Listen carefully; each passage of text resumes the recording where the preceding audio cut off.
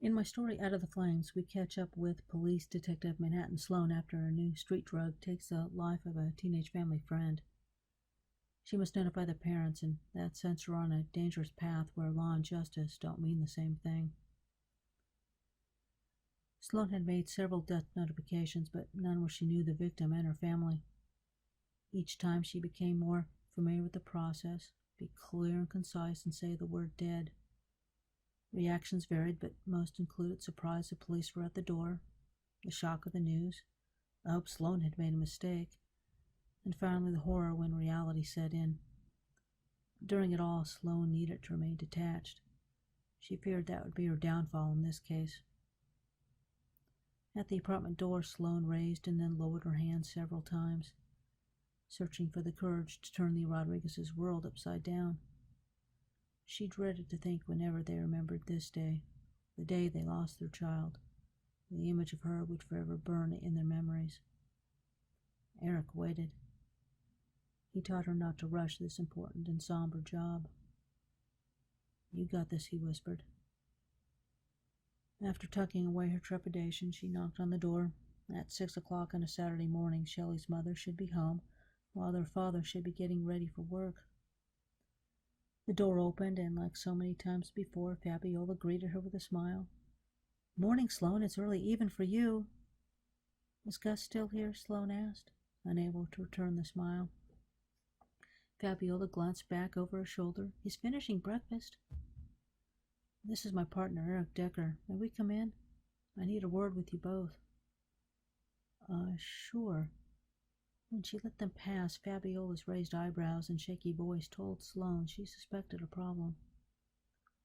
Various family pictures littered the walls of the entryway, most of which marked special events in Shelley's vibrant life, birthdays, holidays, and school portraits. Sloane took in as many as she could. Seconds later, a voice boomed from the kitchen. "Sloane, what brings you here this early? Have our girls gotten themselves into trouble again?" Sloane swallowed the lump in her throat when she entered the decades-old kitchen because the mood in the room would soon change. "Gus, Fabby, why don't we sit?" "You're scaring me, Sloane." Fabby's face turned pale. "Did something happen?" "Yes, Fabby, something did." Sloane squeezed her nervous hand. "The girls were supposed to be at a sleepover at Denny's house, but they snuck out to a club." Gus threw his napkin on the plate with his half-eaten breakfast and rose from his chair. "Did they go drinking? I warned her if she did that again, I'd ground her for life."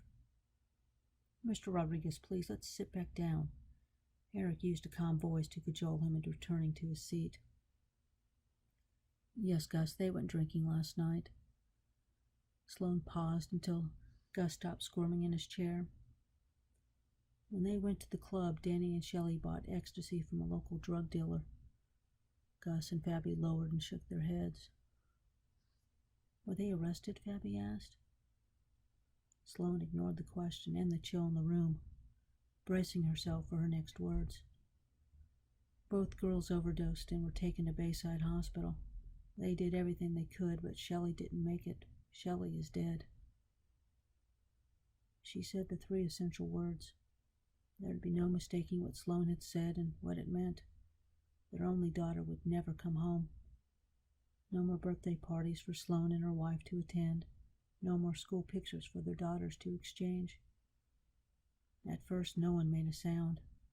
Fabby covered her mouth with both hands and gasped for air. Gus shook his head. "It's a mistake. This has to be a mistake."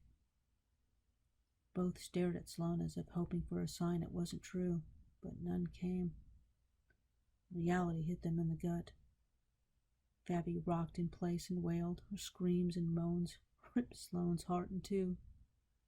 Gus jumped to his feet and paced, pulling at his hair. He repeated, "No, no, no, no, no!"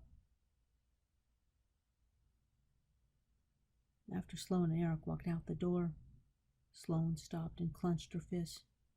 "I don't care how we do it. I want that son of a bitch, Diego."